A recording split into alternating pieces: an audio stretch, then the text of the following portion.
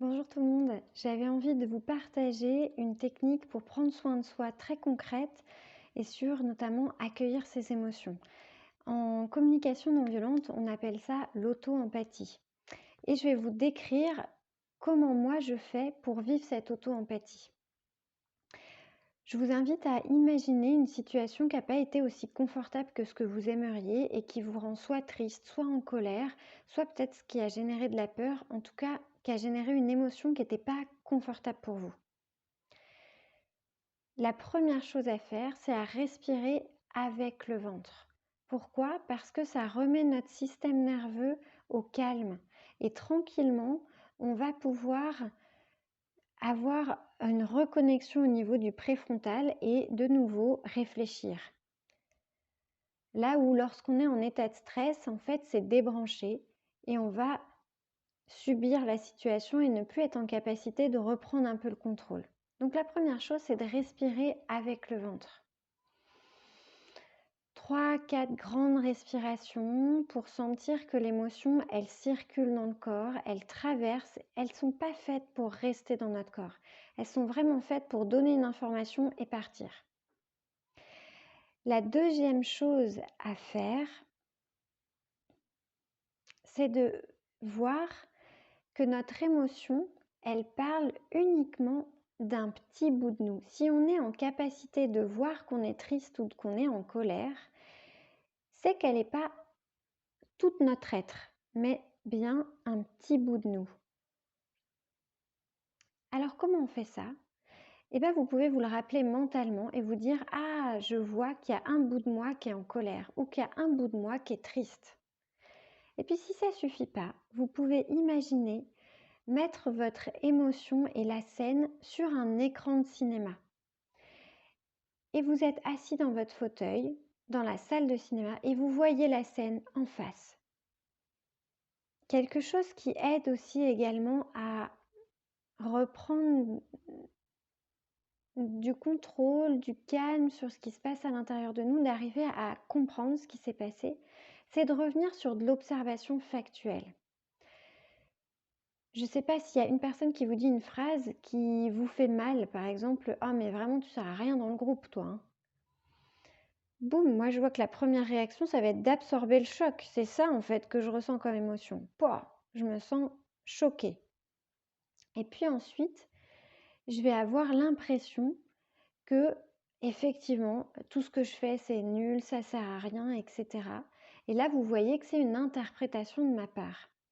Parce qu'en réalité, si dans le groupe, j'ai pris les notes pour la séance, ou si dans le groupe, j'ai donné de l'empathie à quelqu'un, ou j'ai accueilli les arrivées, tout ça, c'est des petites choses très concrètes qui font qu'on est utile dans un groupe.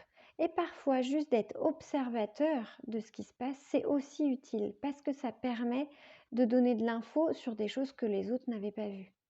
On a toujours une place et une utilité dans le groupe, mais souvent on l'oublie. Bref, je vous invite à revenir sur de l'observation factuelle. Je vous renvoie sur la vidéo « Je transforme mes jugements en observation » qui va être un peu plus détaillée. En fait, pour faire ça, vous allez visualiser la scène et voir qu'est-ce qui a été dit ou qu'est-ce qui a été fait. Comme si vous étiez une caméra. Tiens, j'ai vu qu'il a soupiré et levé les yeux au ciel et j'interprète qu'il s'ennuie. Tiens, j'ai entendu cette phrase, elle ne sert à rien dans le groupe. Et j'ai interprété que c'était vrai. C'est ça qui nous fait mal en fait, c'est quand on y croit à nos jugements. Donc je reviens sur de l'observation factuelle. Est-ce que réellement je ne sers à rien dans le groupe? Ben non, je peux voir que j'ai fait telle et telle action qui ont été au service. Ensuite, je vais me relier à mes émotions maintenant. Maintenant que j'ai été voir l'observation factuelle, ben moi je ressens un soulagement. Je vois qu'il y a une tristesse qui s'en va un petit peu, qui se tranquillise, qui va plus loin. Un peu d'apaisement. Ok. Et vous allez vous relier ensuite à ce qui est hyper important pour vous dans cette situation-là, votre besoin. Le besoin, c'est la force vitale qui est en nous et qui nous pousse à l'action. Et qui est reconnaissable aux sensations physiques qu'on a. Les sensations physiques, c'est en grande partie l'indicateur de l'émotion. À quoi je sais que je suis en colère ou triste? Eh bien parce que j'ai chaud, si c'est la colère, j'ai chaud aux joues, j'ai les poings qui se ferment, j'ai mon corps qui se penche en avant, j'ai mon cœur qui bat plus vite, etc.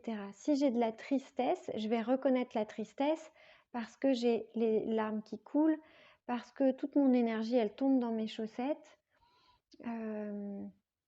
que j'ai la gorge qui se serre peut-être.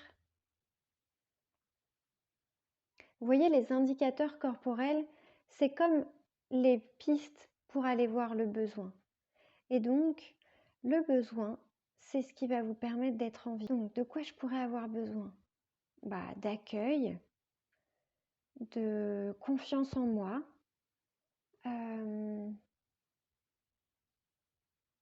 et de contribution. C'est celui qui va être le plus fort pour moi. Une fois que j'ai ce besoin-là, la contribution, je vais m'en nourrir pleinement. Je vais voir comment ça se vit dans mon corps. Et là encore, je ferme les yeux, je tourne comme une lampe torche vers l'intérieur de moi pour me dire, ok, la contribution, je la sens où dans mon corps? Moi, ça réchauffe tout mon être devant. Je bouge un petit peu la caméra. Moi, ça réchauffe tout mon être devant là. Ça me donne le sourire aussi.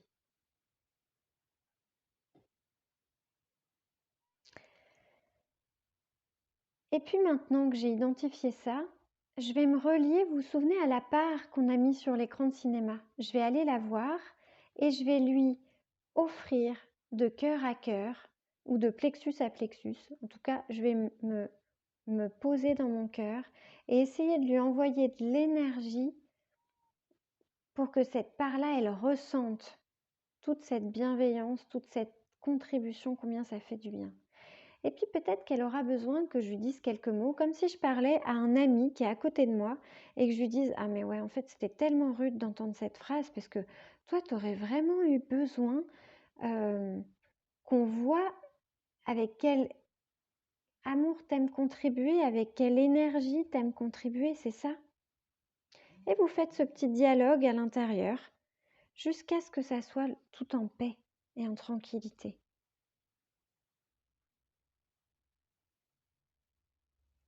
Puis le dernier bout qui est essentiel, c'est de mettre une action en lien avec ce besoin. Pour moi, c'est la contribution, ça va passer par